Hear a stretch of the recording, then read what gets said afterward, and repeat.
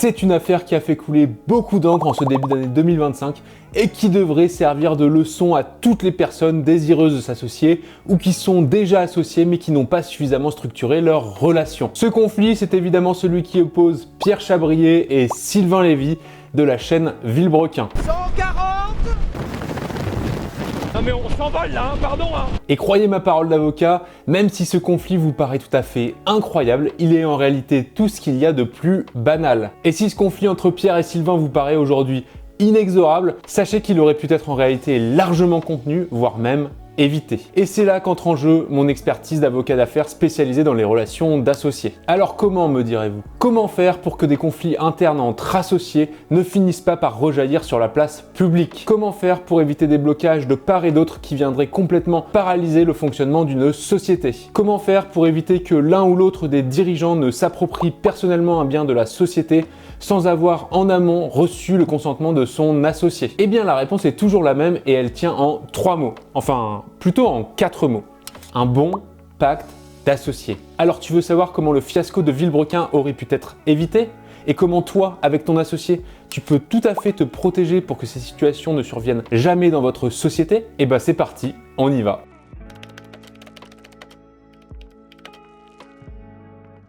Bon déjà, c'est quoi un pacte d'associés? Eh bien un pacte d'associés, c'est un accord confidentiel conclu entre les associés, en plus des statuts, absolument essentiel, et alors je répète, vraiment essentiel pour encadrer leurs relations, prévenir leurs conflits et aussi assurer le fonctionnement régulier de la société. C'est donc ni plus ni moins qu'un contrat de mariage adapté aux associés d'une société. Et dans le cas de Villebrequin, je me demande sincèrement si un pacte existait, ou à tout le moins, s'il existait, s'il avait été suffisamment rédigé pour anticiper tous les conflits qui allaient survenir entre eux. Il n'y a pas de problème de notre côté, à nous deux en tout cas. La première chose qui m'a interpellé dans les documents juridiques de Villebrequin, c'est qu'AMP Holding, donc la société opérationnelle de la chaîne Villebrequin, elle est détenue à 50-50 par Sylvain et par Pierre, via leur holding respective. Villebrequin, c'est 50-50.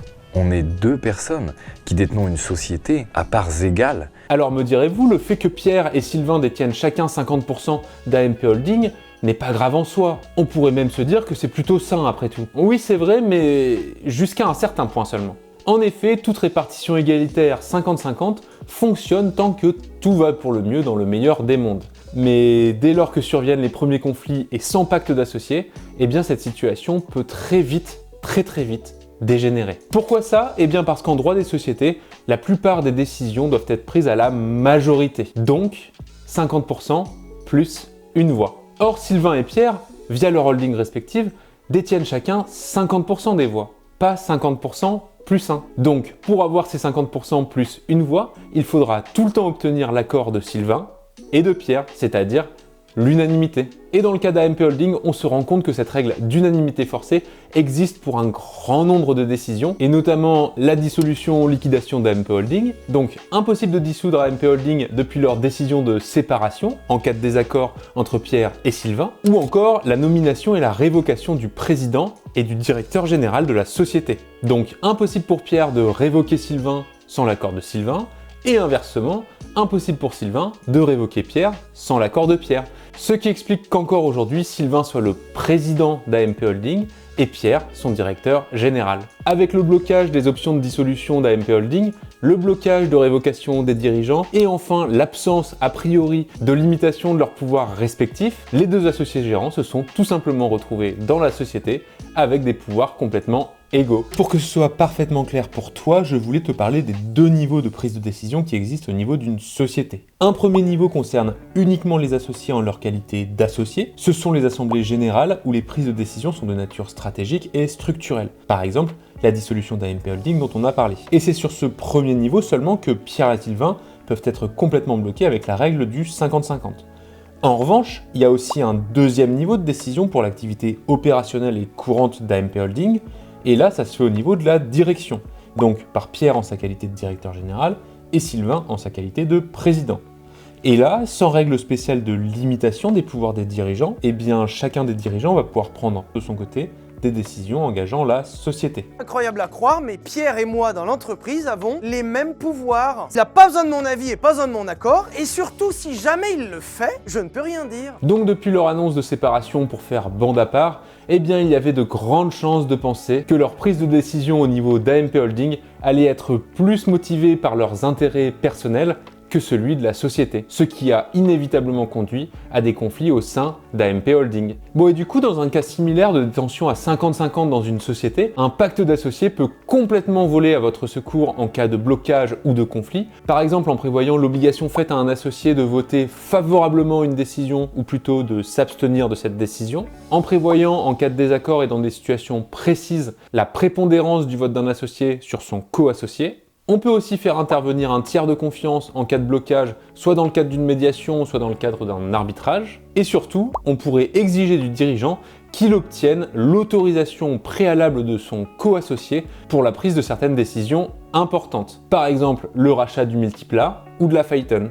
Bon, ne serait-ce qu'avec ce bref éventail de solutions proposées, eh bien on va voir tout de suite comment est-ce que les problèmes liés au Multipla ou à la gestion financière d'AMP Holding auraient pu être largement évités.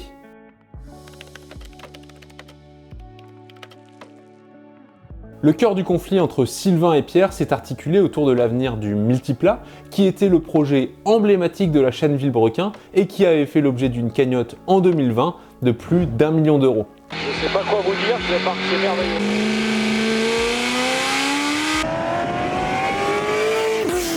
Et pour la petite histoire, craignant que Pierre, en sa qualité de directeur général, ne procède au rachat du Multipla en son nom propre, Sylvain a préféré agir en premier en rachetant le véhicule lui-même. Cette situation tout à fait banale semblait complètement inévitable parce que les deux parties qui en avaient chacun le pouvoir en leur qualité de dirigeants respectifs d'AMP Holding semblaient tous les deux dans une logique de préemption, cherchant ainsi chacun à devancer l'autre. Par conséquent, le rachat du Multipla par Sylvain a naturellement suscité une réaction de la part de Pierre. C'est mon bébé aussi.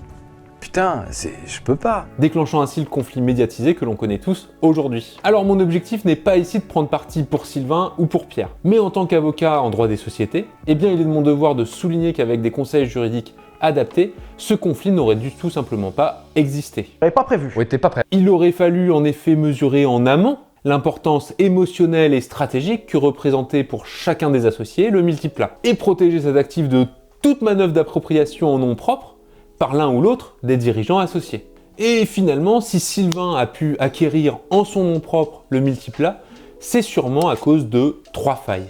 Premièrement, Pierre et Sylvain avaient visiblement une grosse différence de vision quant au sort et à l'avenir du Multipla. Pierre souhaitant a priori l'exposer dans son enceinte avec Racebox, et Sylvain souhaitant de son côté continuer à essayer de le faire rouler. C'était la première sonnette d'alarme.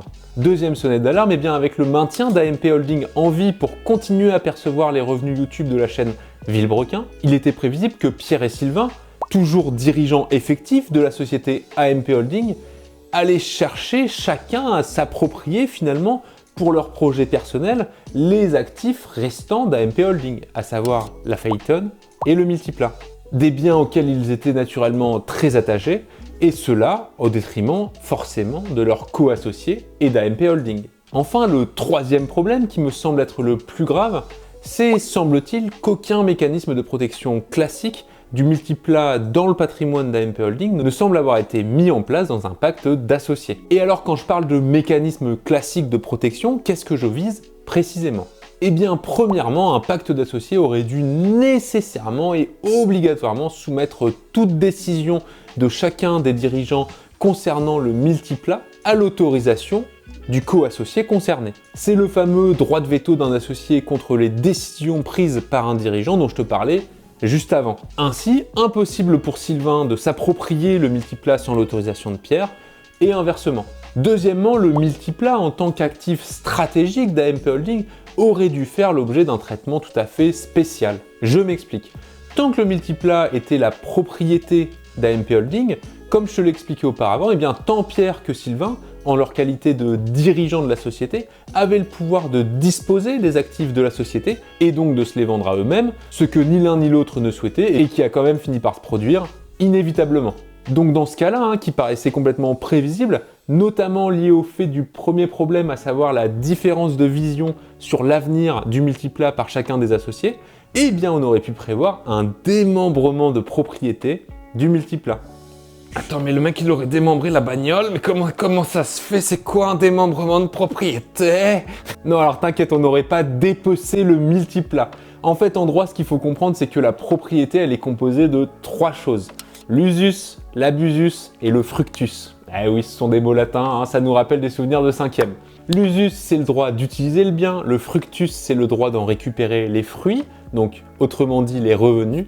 Et l'abusus, c'est le droit de disposer du bien. Donc, dans le droit de disposer du bien, il y a notamment le fait de donner, le fait de vendre, ou même le fait de détruire, enfin bref, tout ce qu'on veut qui altère définitivement la propriété du dit bien. Et là, typiquement pour le multiplat, qui est un actif stratégique d'AMP Holding et très important pour chacun des 2 associés dirigeants, eh bien, il aurait pu être imaginé qu'on remette l'abusus du multiplat entre les mains d'un tiers de confiance, par exemple un séquestre ou un fiduciaire avocat, le temps pour Sylvain et Pierre de trouver un accord amiable sur l'avenir du multiplat, et ainsi sortir le droit de disposer du multiplat d'AMP Holding, de sorte que ni Pierre ni Sylvain auraient pu s'approprier légalement le bien.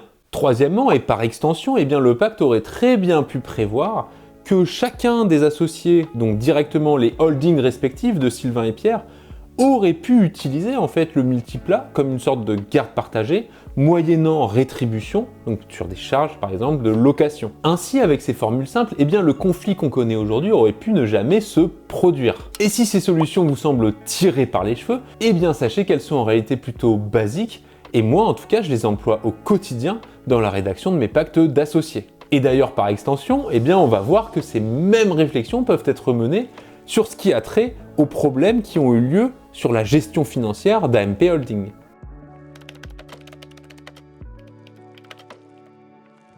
Un autre point de tension concernait l'émission d'un chèque représentant la totalité de la trésorerie d'AMP Holding, soit 232 000 €. Sylvain a accusé Pierre d'avoir volé cette somme, mettant en difficulté AMP Holding pour faire notamment face à sa dette fiscale de 92 000 €.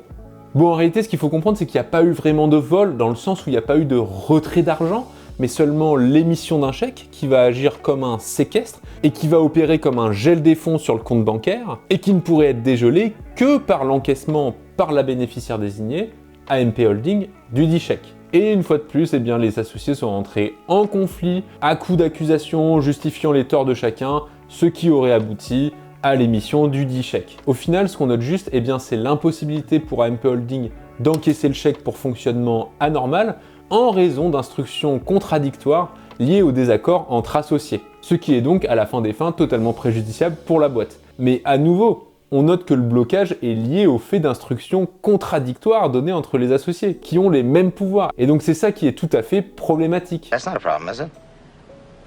It is a problem. Sans chercher à résoudre ce problème et à savoir qui a tort ou qui a raison, eh bien le b.a.-ba en droit des sociétés, c'est de prévoir à minima dans le pacte d'associés la personne et non les personnes qui ont accès et qui gèrent le compte de la société, en prévoyant que celui qui a accès au compte de la société fasse un reporting régulier aux autres associés de la société. En contrepartie, et pour équilibrer un peu tout ça, on aurait très bien pu prévoir que pour des retraits ou pour des opérations bancaires importantes excédant un certain montant, par exemple 50 000 €, 100 000 €, etc., eh bien le dirigeant associé qui a accès au compte bancaire doit recueillir en amont le consentement des autres associés.